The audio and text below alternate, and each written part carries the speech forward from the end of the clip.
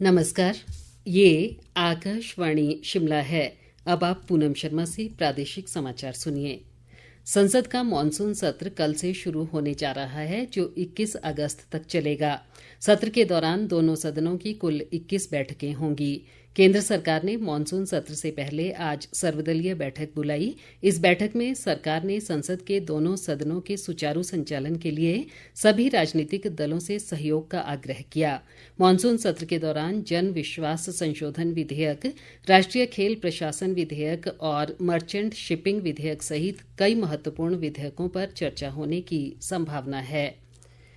प्रदेश में group A से लेकर ग्रुप सी तक की नई भर्तियों को ट्रेनी के रूप में करने के फैसले को भाजपा ने युवाओं के साथ बड़ा धोखा करार दिया है।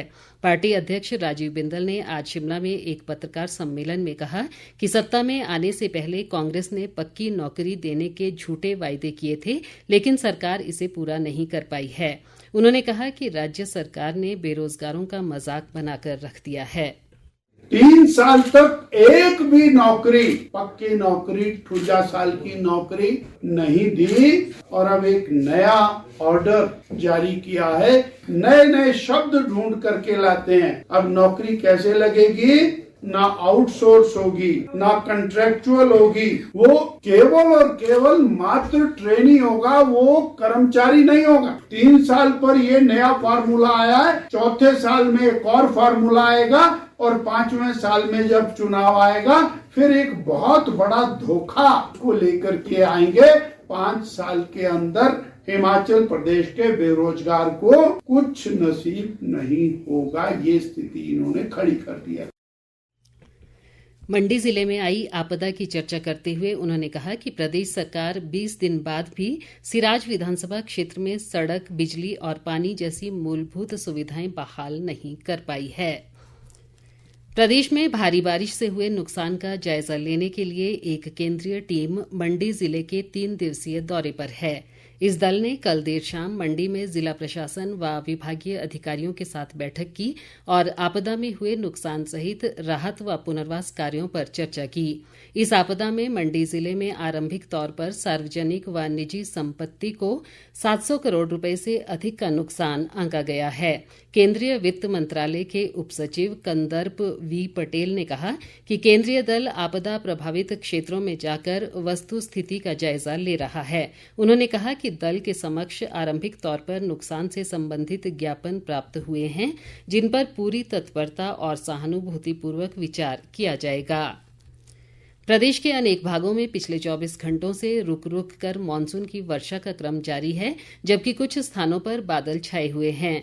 राज्य में अब तक वर्षा से जुड़ी घटनाओं में 119 लोगों की मौत हो चुकी है, जबकि 34 लोग लापता हैं। प्रदेश भर में भूस्खलन से 146 सड़कें यातायात के लिए अवरुद्ध हैं, जबकि 28 बिजली लाइनें और 58 पेयजल योजनाएं भी बाधित हैं।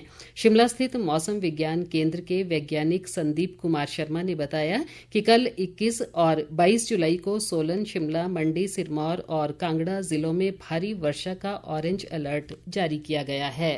फिर ये जो वेदर एक्टिविटी है, देखिए 20 जुलाई की देर शाम या रात से इंटेंसिटी वाइज भी जो वेदर है ये पिकअप करेगा और इसके चलते 20 जुलाई की देर रात से और 24 जुलाई तक पूरे प्रदेश में ही बारिश होने की संभावना है। और सिवाय देखिए डिस्ट्रिक्ट लाहौल स्पीति और किन्नौर के जो बाकी डिस्ट्रिक्ट है वहाँ पे संभावना ये है कि 1-2 स्थानों में भारी से बहुत भारी बारिश हो सकती है। और 21 जुलाई को संभावना है कि डिस्ट्रिक्ट शिमला, सोलन, सिरमौर, मंडी और जो कांगड़ा है, इन डिस्ट्रिक्ट में 21 और 22 जुलाई के दौरान heavy to very heavy rain हो सकती है। तो इसको देखते हुए अभी इन डिस्ट्रिक्ट में ऑरेंज अलर्ट जारी किया है। जो बाकी डिस्ट्रिक्ट हैं जैसे ऊना, बिलासपुर, हमीरपुर है, यहाँ पे हैवी रेनफॉल का येलो अलर्ट जारी किया।